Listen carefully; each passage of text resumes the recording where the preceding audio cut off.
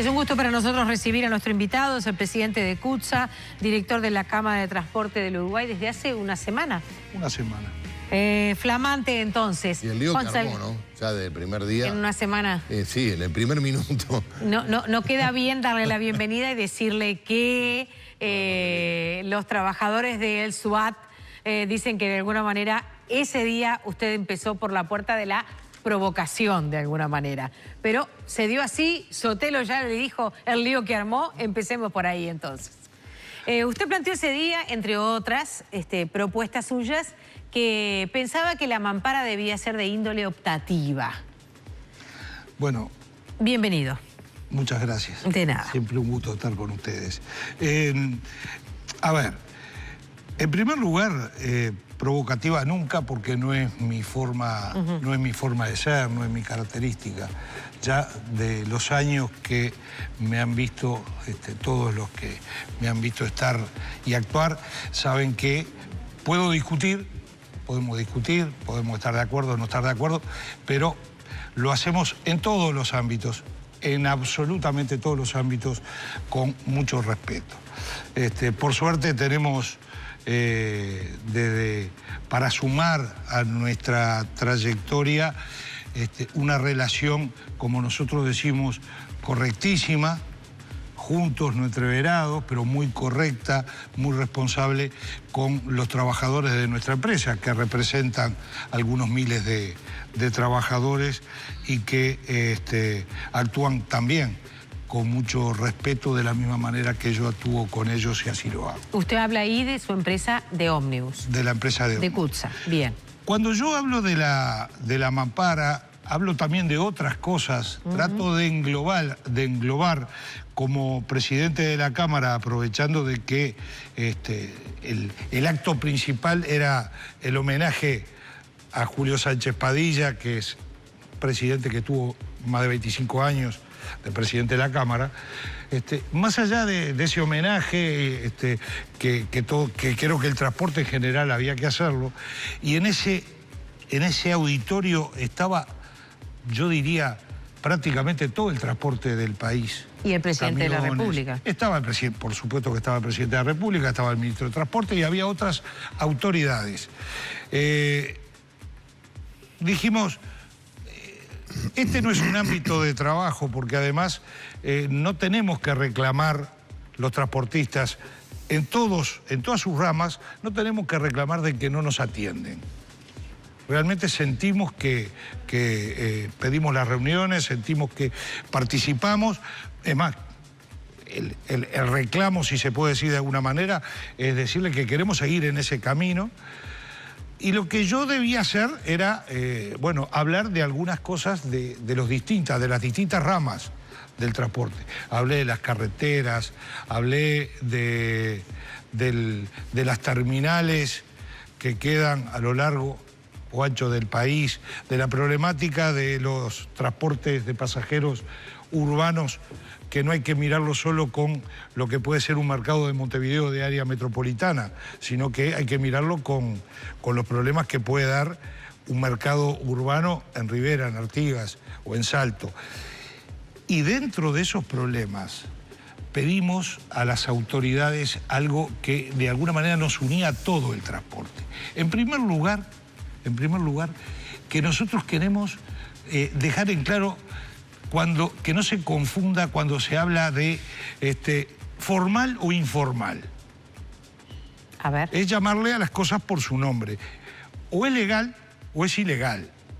El transporte, cuando se hace en cualquiera de sus ramas, de ómnibus, camiones o lo que sea, o se hace en forma legal, pagando todos los impuestos, pagando los laudos como corresponde pagarlos, yendo a hacer acuerdos con los sindicatos al Ministerio de Trabajo cuando vienen las épocas de los convenios salariales, y pagando todos los impuestos que corresponda, o es ilegal porque se le paga por afuera, porque se le da en negro de repente, porque no se le pagan determinados beneficios de los trabajadores, porque a su vez tampoco se pagan algunos beneficios. Entonces, resumimos en decir, En esta rama tenemos claro que si todos pagamos, pagamos menos. Y ese es el objetivo que queremos. Que luego, le estoy haciendo un resumen de lo que fue la reunión, pero que luego el propio ministro de Transporte, Rossi, coincidió totalmente cuando habló de profesionalizar. Esto es parte fundamental de profesionalizar el transporte en todas sus ramas. Ahora, por un lado reconocemos la actitud que tuvo desde el principio el presidente de la República, que dijo, cuando aparecen las aplicaciones en este país, dice, y lo expresa públicamente y lo recoge la prensa, de que hay que legalizar, hay que actuar, hay que hacer los decretos y las leyes necesarias para crear justicia dentro de una actividad donde es una actividad de mucho sacrificio, de muchas familias, de tradición, de toda la vida, donde no puede aparecer espejitos de colores, porque también hay que llamarle las cosas por su nombre, con algunas actividades que están dispuestas a invertir muchas decenas de millones de dólares con el único fin de hacer lo mismo que hicieron en otros países. No es que acá es nuevo y que nosotros nos demos cuenta. No, ahora, Salgado, es lo mismo. No está ya debidamente regularizado. Bueno, a eso iba. Y después que hacen eso, o sea que es un comercio ilegal y que surge a partir de la ilegalidad pidiéndole que se legalice, el Estado actuó en consecuencia de lo que dijo en su momento el presidente. Legisló, se sacaron varios decretos, la Intendencia de Montevideo legisló también y la Junta Departamental.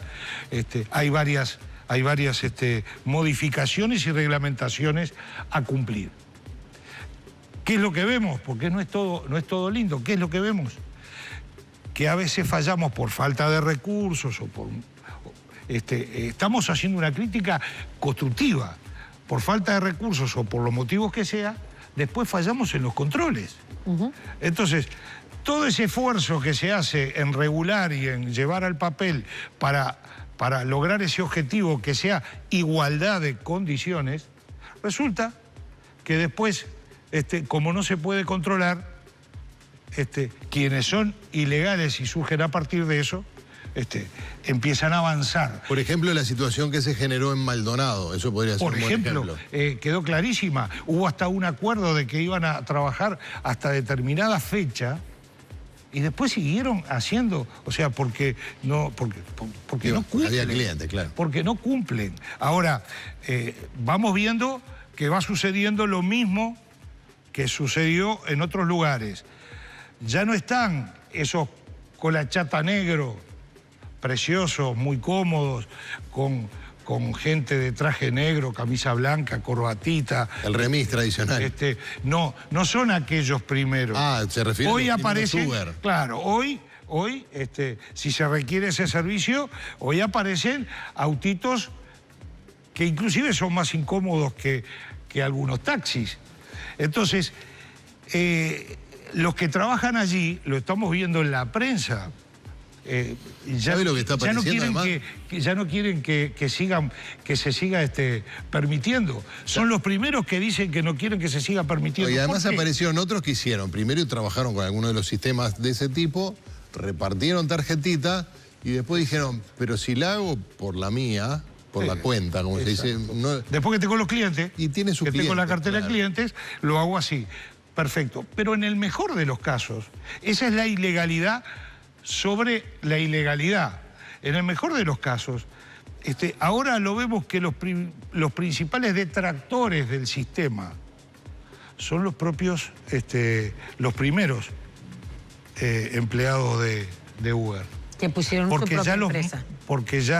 Porque ya los márgenes, claro, al legalizarse, los márgenes no dan, porque magia no hay. Y porque además, ellos mismos lo dicen, está escrito, ya no podemos cobrarlo, dicho de otra manera, sí, claro, no podemos cobrar lo que queremos. Pues entonces porque a determinadas horas de la noche era claro, tarifa por 2, por 4, por 6, por 8. Y si yo estaba en la Gruta de Lourdes y estaba por allá por Antillas y Instrucciones, y primero, si quiero contratar un servicio de esos, fíjese en el celular, no hay.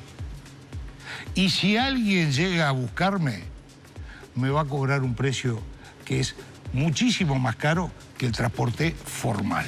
Entonces, si nosotros estamos exigiendo igualdad de condiciones, se impone que en el taxímetro, que es un sector de servicios, que es una empresa que da, como en el transporte urbano, que da servicios, al primero que hay que tratar de alguna manera de conformar o de brindarle lo que requiere, y más cuando vemos que el mercado cae y cae exponencialmente, como está cayendo en el transporte urbano, pero en este caso, como está cayendo en el taxi, tenemos que conformar al cliente y darle las opciones. Está bien, pero del sindicato se dice, bueno, pues esa es la mirada del empresario que quiere sacar su rédito. Nosotros estamos mirando por la vida de los trabajadores. No. Es la mirada del yo con mucha humildad lo digo, es la mirada del sentido común de alguien que no es que está queriendo sacar su rédito, de alguien que quiere tener una herramienta de trabajo para poder quizás trabajar él como dueño y darle a trabajar y dar alguna fuente de trabajo. Entonces, lo que estamos, o el planteo general, pues yo no voy a ir al tema particular, que la gremial única de taxi es la que está en el tema y es la que tiene que seguir. El planteo fue, ¿por qué no, como cliente, buscando esa igualdad de condiciones de competencia, yo como cliente no puedo llamar a la aplicación de taxi y pedir un taxi que no tenga mampara? ¿Por qué no puedo hacer como cliente esa elección? Hoy no se puede porque la mampara es obligatoria. Sí, le contesto con una pregunta de Sebastián Castro que dice, lleva 7 minutos hablando y no contestó. Ahora estoy contestando.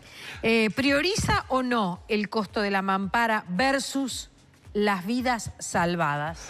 Lo que pasa que hay que hablar de lo mismo. Si hablamos de boñato, hablamos de boñato, no hablamos de una cosa versus otra que no tiene nada que ver. Pero los trabajadores dicen que quieren la mampara para protegerse. Mire, todo pruebas a la vista.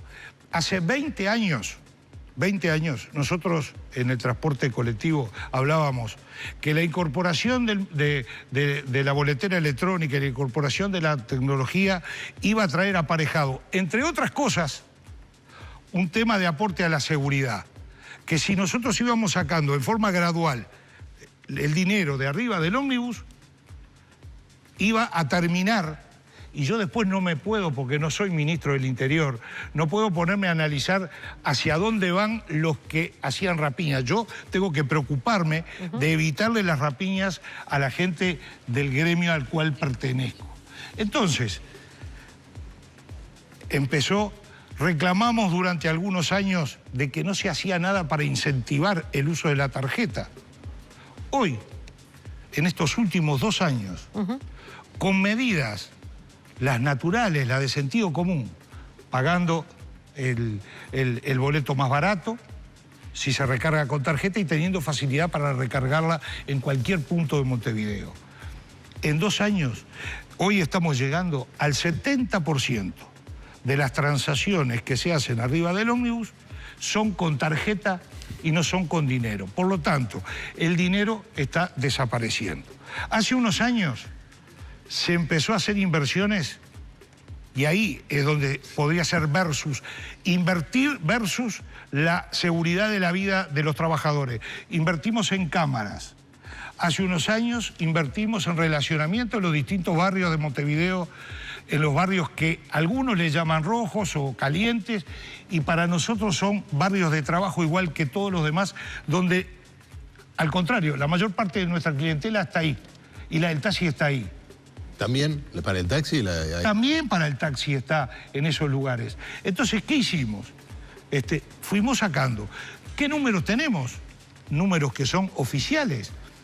Bueno, que en algún momento había más de 600 rapiñas arriba de los ómnibus en el sistema durante el año, y hace los últimos 3 años, le voy a decir, en el 2015 115, en el 2016 90, Entonces, y en el 2017 no llegamos a 60.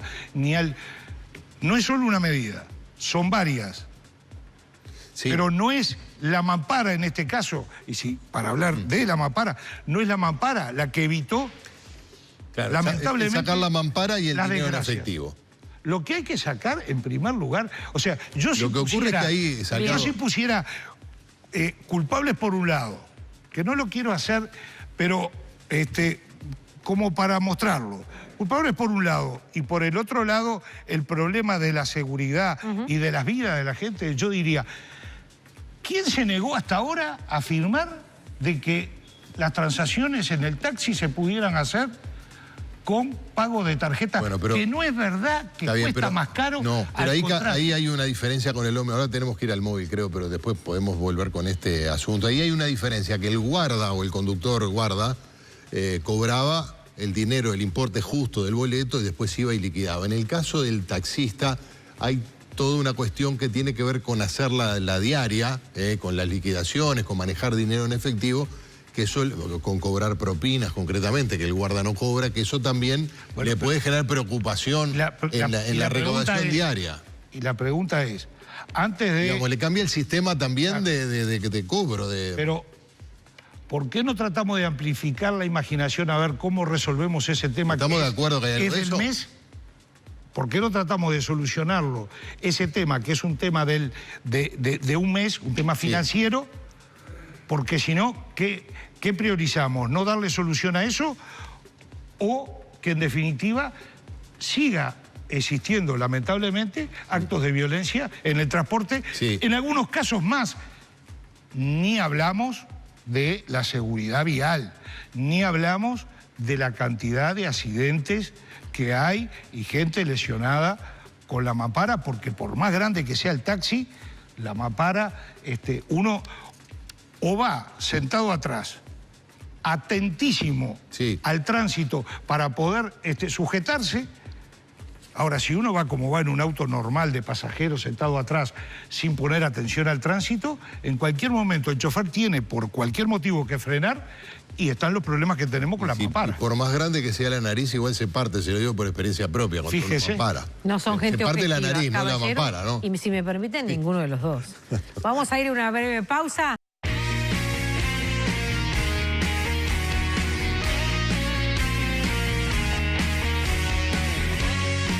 Último tramo de nuestro programa del día de hoy. Último y cortito, además. Invitado cortito y cortito va a quedar, ¿no? Sí. Bueno, la idea es sacar del dinero en efectivo, que plantea como complementaria la contracara de sacar la mampara. Ahí los del miembro del sindicato dicen, bueno, pues nosotros atendemos a un tipo de público que no necesariamente está bancarizado. Por acá dice Beatriz, bueno, pero los que no tienen, los que están en el clearing, no tienen acceso a tarjetas internacionales. También hay. También se accede a las tarjetas estando en el clearing. Pero además, para poner la cosa en su justo lugar, yo planteo que la mampara sea opcional. ¿Qué digo? Primero le doy la prioridad al cliente, porque a veces estando en el transporte nos parece que somos nosotros el ombligo del mundo. Y lo más importante para nosotros es el servicio que damos y la gente que lo utiliza. Esa es la razón de ser. Si partimos de pensar en eso, entonces no debemos pretender que cambie el mundo, sino que busquemos nosotros de qué manera nos podemos insertar en el mundo. Por lo tanto, el primero que tiene que elegir es el cliente. Que el cliente tenga la opción de pedir un auto que no tenga mampara. El auto ese deberá tener las condiciones necesarias, también especiales. ¿Por qué Montevideo no puede tener? Yo podría decir, el planteo podría ser por la negativa, ya que es el mismo Montevideo, son las mismas calles y estamos viviendo la misma situación. Bueno, dentro de las normas que tienen que los autos de Uber cumplir, tienen que cumplir de tener mampara. ¿Qué me van a decir? Que solamente con tarjeta. Pero usted se basa en la tesis o en la hipótesis de que parte de los viajes que se pierden es por a manos de Uber, es por la mampara. sin lugar a duda. Sí. Yo creo que a esta altura, más allá de los controles que hay que hacer con los autos que se están hoy dando los servicios y de ver la legalidad o no de los que lo cumplen y los que están cumpliendo ese servicio, que en algunos casos son conductores que trabajan en otras actividades, en algunas horas, y en las horas libres hacen eso. O sea que se da un poco la dualidad de que alguna persona trabaje unas horas con seguridad y otras horas sin seguridad. Yo del taxímetro, yo sé y conozco, no estoy hablando de nada ajeno, porque ¿Usted fue en el año taximetrista? 1978, a los pocos días ahí se sacaba la libreta del taxi directamente, y en marzo de 1978 empecé a trabajar en un taxímetro. Primero trabajé en un 180, engranaje, después en un Mercedes 190 y después en un Mercedes 220. Ah, pero un bacán. No me van tampoco a explicar lo que puede ser andar en los barrios que le llaman, y lo vuelvo a repetir, que le llaman barrios... Mira, acá Fabián le dice concretamente: con todo respeto, invito al señor Salgado a trabajar una y solo una noche en Casaballe, en el Marconi, sin la mampara. Voy a conocer todas las calles. Yo nací a pocas cuadras de ahí, nací en la calle Guarapirú, a 200 metros de Aparicio Saravia. Así que conozco Marconi, iba caminando desde mi casa a la Gruta de Lourdes, cruzando por adentro del Borro, Saliantillas. Conozco todo ese barrio, hice toda mi niñez y mi adolescencia en todos esos lugares. Y conozco el resto de Montevideo porque trabajé durante algunos años en esa época, que tuve 2 trabajos. Uno de ellos era trabajar de noche en el taxímetro. Entonces, acá la sensibilidad está ante todo, y creo que lo que hay que hacer, dueños haciendo inversiones y todos los demás entendiendo de que tenemos que dar un mejor servicio y no nos pueden venir a sacar la fuente de trabajo, esa es la rebeldía que deberíamos de tener, la fuente de trabajo, porque pueden dar un servicio al cual nosotros no podemos igualar. Eso es lo que deberíamos de hacer, unos invirtiendo y los otros tratando de trabajar y crear las mejores condiciones para que el dinero no esté arriba del taxi, que de la misma manera que en el ómnibus, si desaparece el dinero, como va desapareciendo en forma gradual, desaparece el por qué rapiñar a un taximetrista o a un trabajador de transporte. Es creciente el uso de la tarjeta STM, es gratis la tarjeta STM. ¿Podría servir para el taxi? Es gratis, podría servir para el taxi. La inversión que se tiene que hacer en los POS para utilizar en el taxímetro es una inversión que relativamente, hoy por hoy, por la actividad, todo cuesta, pero relativamente se puede hacer sin mayores problemas. ¿Cuánto? ¿Varios miles de dólares? ¿Varios cientos de dólares? Serán varios cientos de dólares. El taxímetro ya tiene mucha tecnología adentro. Bien. Con los aparatos que tiene, que valen mucho más que este POS, que en definitiva, entre otras cosas, lo fundamental va a ser uno de los elementos, no el único. Claro. Uno de los elementos. Ellos dicen, no hay dinero, pero está toda esta tecnología que también se la quieren llevar. No les sirve. La mayoría, esa tecnología no les sirve. Un aparato, un taxímetro, ¿para qué lo van a llevar? Bueno, pero hay celulares, usted vio. Bueno, pero eso lo tenemos caminando en la calle. O sea, por eso digo, por esa frase y por alguna más digo, quizás el mundo no lo podemos cambiar. Yo estoy seguro que no. Tratemos de ver de qué manera nos insertamos en el mundo tal cual está. Presidente de CUTSA y director de la Cámara de Transporte del Uruguay, Juan Salgado, gracias por su presencia. Un gusto estar conmigo. Gracias. Hasta mañana. Gusto. Viene mañana, mire que es martes 13. Mañana sí vengo, al contrario, el día de suerte. Ah, el día de suerte.